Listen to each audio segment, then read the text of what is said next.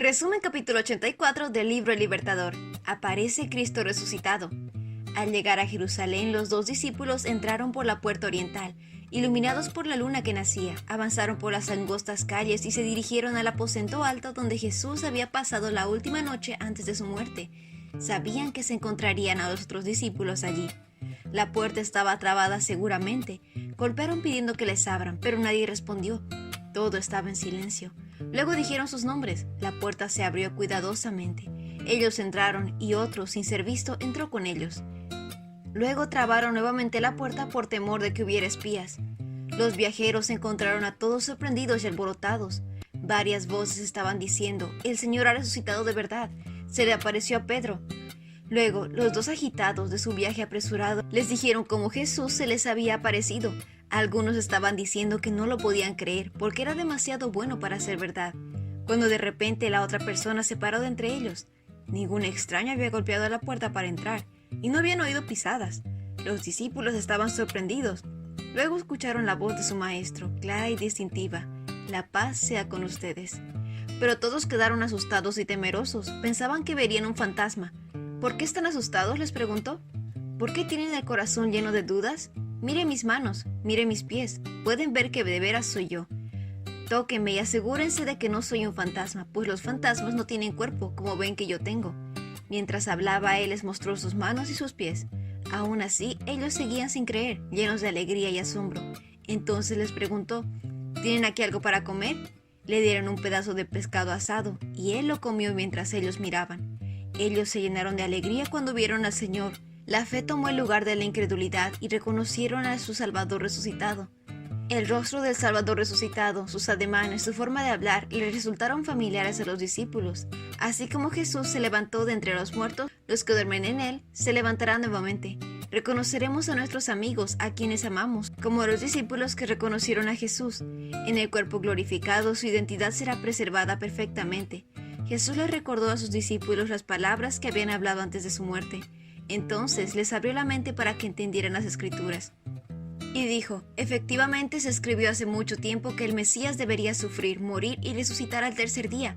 También se escribió que este mensaje se proclamaría con la autoridad de su nombre a todas las naciones, comenzando con Jerusalén. Hay perdón de pecados para todos los que se arrepientan.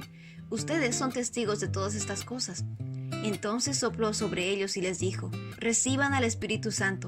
Si ustedes perdonan los pecados de alguien, esos pecados son perdonados.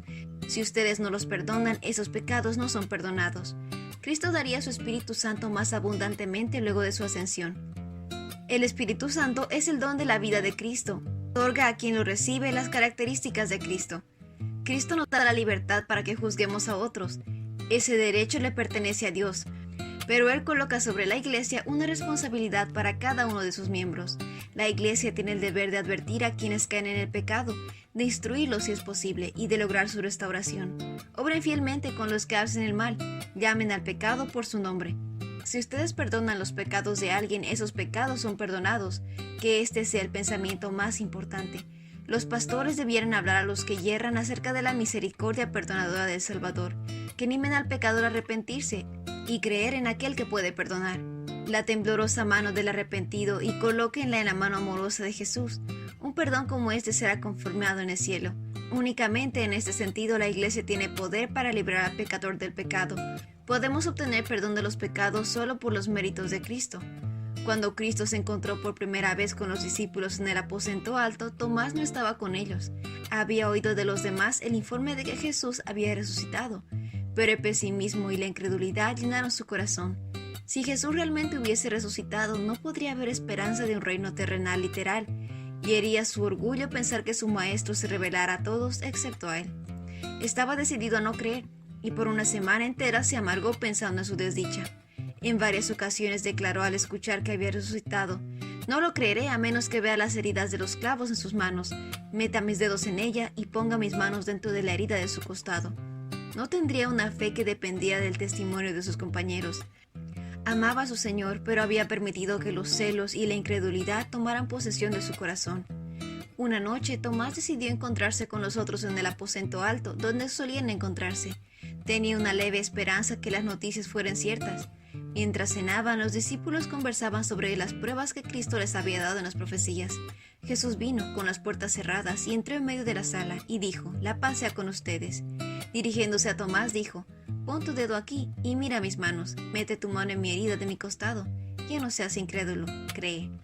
El desconfiado discípulo sabía que ninguno de sus compañeros podría haberle contado al maestro acerca de su incredulidad. Ya no deseaba más pruebas. Su corazón saltó de gozo y se echó a los pies de Jesús, exclamando: «Mi Señor y mi Dios». Jesús aceptó su reconocimiento, pero amablemente reprochó su incredulidad. «Tú crees porque me has visto. Benditos son los que creen sin verme».